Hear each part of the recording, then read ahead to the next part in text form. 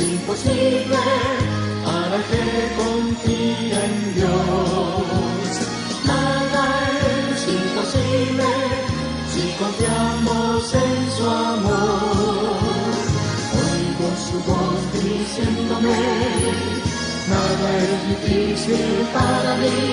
Si crees en Dios, descansaré, confía en su poder. Y muchas veces la gente ayuna e intercede por algo material. Está bueno que lo haga, pero fin, el espíritu está muerto. Toca a alguien y dile: se convierte en brujería. Cuando tú clamas por el espíritu, esa respuesta viene de camino y Él te llena del espíritu. Y cuando estás lleno del espíritu, Dios empieza a crear posibilidades. Cuando tú hablas la palabra, se crea la posibilidad. El centurión romano dijo a Jesús: yo soy hombre bajo autoridad, di la palabra y mi siervo sanará. Oh, qué grande tu fe. Recibió la palabra, ¡pum!, y fue sano. ¿Él sigue?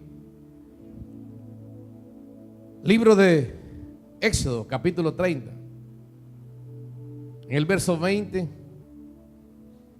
De mirra fluida, 500 ciclos. De canela aromática la mitad, 250. Y de caña aromática, 250. De acacia, 500 ciclos conforme al ciclo del santuario. Y un hin de aceite de oliva. Y harás de ellos el aceite de la santa unción. Mirra, que tiene un significado, y no voy a hablar todo lo que significa. Pero la mirra representa muerte. Cuando se embalsaban y los muertos y se untaban, la mirra es precisamente para ese aceite líquido que tipología o significaba la muerte. Y cuando el Espíritu de Dios empieza a ungir a alguien, diga conmigo: empieza a ungir a alguien, se empieza a alborotar ese alguien. Hay un hombre fuerte ahí. Hay un ego entronado, un yo entronado, escondido sobre algo. Por eso, cuando el aceite de la unción empieza a caer, empieza a ver en tu vida una serie de muertes. Y si tú no quieres morir, porque tienes que ir voluntariamente a morir, entonces te mueres paulatinamente. Es tu vida continua de golpe y de fracaso. Hay gente que en su apariencia se ven fuertes y prefieren morirse solo, sin llegar a la persona que les puede ayudar, que se llama la persona del Espíritu Santo. La mirra habla de canela, cálamo, acacia y oliva. Estos 5 representan la gracia de Dios sobre una persona. Y esa gracia de Dios, ese aceite, dice que cae sobre el sacerdocio y luego baja sobre la barba del sacerdote. La barba significa el liderazgo. Y luego cae sobre las vestiduras, la iglesia. Y empieza a correr ese aceite. Y hay algo importante en su vida, en su práctica divina. Cuando usted llegue acá, a esta casa ministerial, venga con una expectativa de que Dios te va a confirmar, que Dios te va a hablar. Venga expectante, porque el Espíritu Santo se manifiesta en la expectativa que usted tenga. Si usted es expectante de algo, Él se va a manifestar en eso. ¿Me está siguiendo? Ahora, Cuando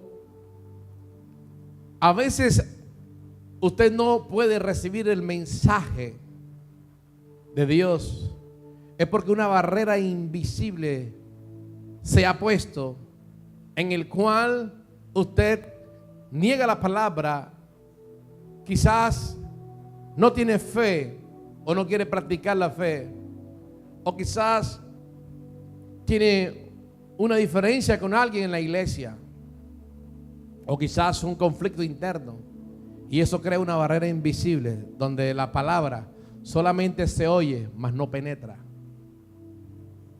Porque Dios quiere que en tu corazón esté limpio, puro, para que esa palabra penetre en tu espíritu. Y cuando esa palabra penetra en tu espíritu, satisface todas tus satisfacciones o todas tus aspiraciones, todos esos vacíos. Una sola palabra de Dios en nuestra vida satisface todas nuestras necesidades. El hombre que busca la presencia del Espíritu de Dios, la mujer que busca la presencia del Espíritu de Dios, siempre va a haber circunstancias a su alrededor. Jesús dijo, hay un precio, la unción tiene un precio. Hay un precio donde uno dice, yo no recibo eso, yo no recibo la palabra, no estoy de acuerdo. La Escritura dice que el rey David estuvo muy contento y muy alegre y emocionado porque traía el arca de la presencia de Dios para su casa. No sabía. David era rey, no era sacerdote. Aunque hacía función de sacerdotales, pero no era sacerdote. Y David logró en su corazón de rey y de hacer las cosas lo mejor para Dios, compró un carro nuevecito, diga, nuevo, de paquete. Es como si usted va y se compra un carro, el mejor carro del mundo, y lo trae acá. Vamos a pasear la presencia de Dios de muy buen corazón. David cambió el diseño de Dios. Cuando nosotros cambiamos los diseños de Dios, mira, es que el problema es que muchas personas piensan que eso está pasado de moda. No, Dios nunca pasa de moda. Dios trazó unos colores en su templo y nunca han pasado de moda. Dios trazó un sistema y nunca ha pasado de moda. Porque el sistema de Dios no es como el de los hombres, que pasan de moda. El sistema de Dios es continuamente renovado. Tú te encuentras con la presencia de Dios, encuentras algo diferente y sigue siendo la presencia de Dios. Y David empezó a mirar, y ese carro hermoso trajo el arca de la presencia de Dios para llevarlo a su casa. Y no tenía, ese no era el diseño de Dios de llevar un carro, sino que los levitas tenían que llevarlo. Diga conmigo, levitas. Los levitas eran los que venían de la tribu de Leví, los sacerdocios. Ellos eran los que tenían que llevar el arca de la presencia de Dios. Pero David cambió el sistema. Sin embargo, los levitas siguieron el sistema de David. Y cuando el arca empieza a moverse en el carro, y el levita piensa que se va a caer, usa amante de la presencia de Dios, amigo de David, trató de tocar el arca para que no cayera y lo mató el arca. Su mejor amigo. Es algo así como cuando alguien muere, un familiar suyo muy querido o no suyo, de otra persona. Y usted ve a la gente en el cementerio llorando y juzgando a Dios, ¿por qué? ¿Por qué? Y tantas cosas, ¿y por qué? ¿Y por qué? ¿Y por qué? Tantas cosas que dicen y se levantan contra Dios mismo. El sistema de Dios es ese. La presencia de Dios te mata si infringe los principios que Él estableció en su presencia.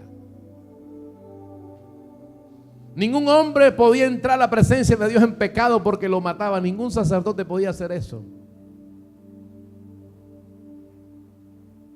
Y ahí David se entristeció mucho, pero dijo: wow, si ese que es levita lo mata la presencia, ¿qué hará en mi casa? Entonces David decide no llevar el arca para su casa. El arca se lo habían robado anteriormente, se lo habían robado y lo tenían los filisteos. Diga conmigo, los filisteos tenían el arca. Los filisteos habían visto que a través, estaban escudriñando y mirando el espionaje, por qué había tanto poder y tanta fuerza en esos hebreos, que uno de ellos se combatía con 5 y mataba y destruía de una forma impresionante. Eran unos salvajes en el mundo espiritual y en el mundo físico. Dice que algunos de los escuderos de David, cuando estaban peleando, la espada le quedó pegada en la mano. Los hombres del espíritu jamás y nunca sueltan la espada, siempre están con la espada. ¿No le pasó con Gedeón? Dios le dice a Gedeón: levántame un ejército. Y Gedeón llegó y levantó un pocotón de gente. Y Dios le dice: un ejército, Gedeón. Pero señores, ahí están todos. Yo te dije: ponlos a beber agua. Y los que mantengan el fusil en la mano y estén mirando a su enemigo, eso es tu ejército. Cuando empezó a mirar, la gente empezó a tomar, vio el agua, soltaron el fusil y empezaron a beber del agua. Y los otros unos estaban con el fusil y mirando al enemigo. Tomaban agua y no soltaban la mirada del enemigo. Y con esos 300 yo haré proezas.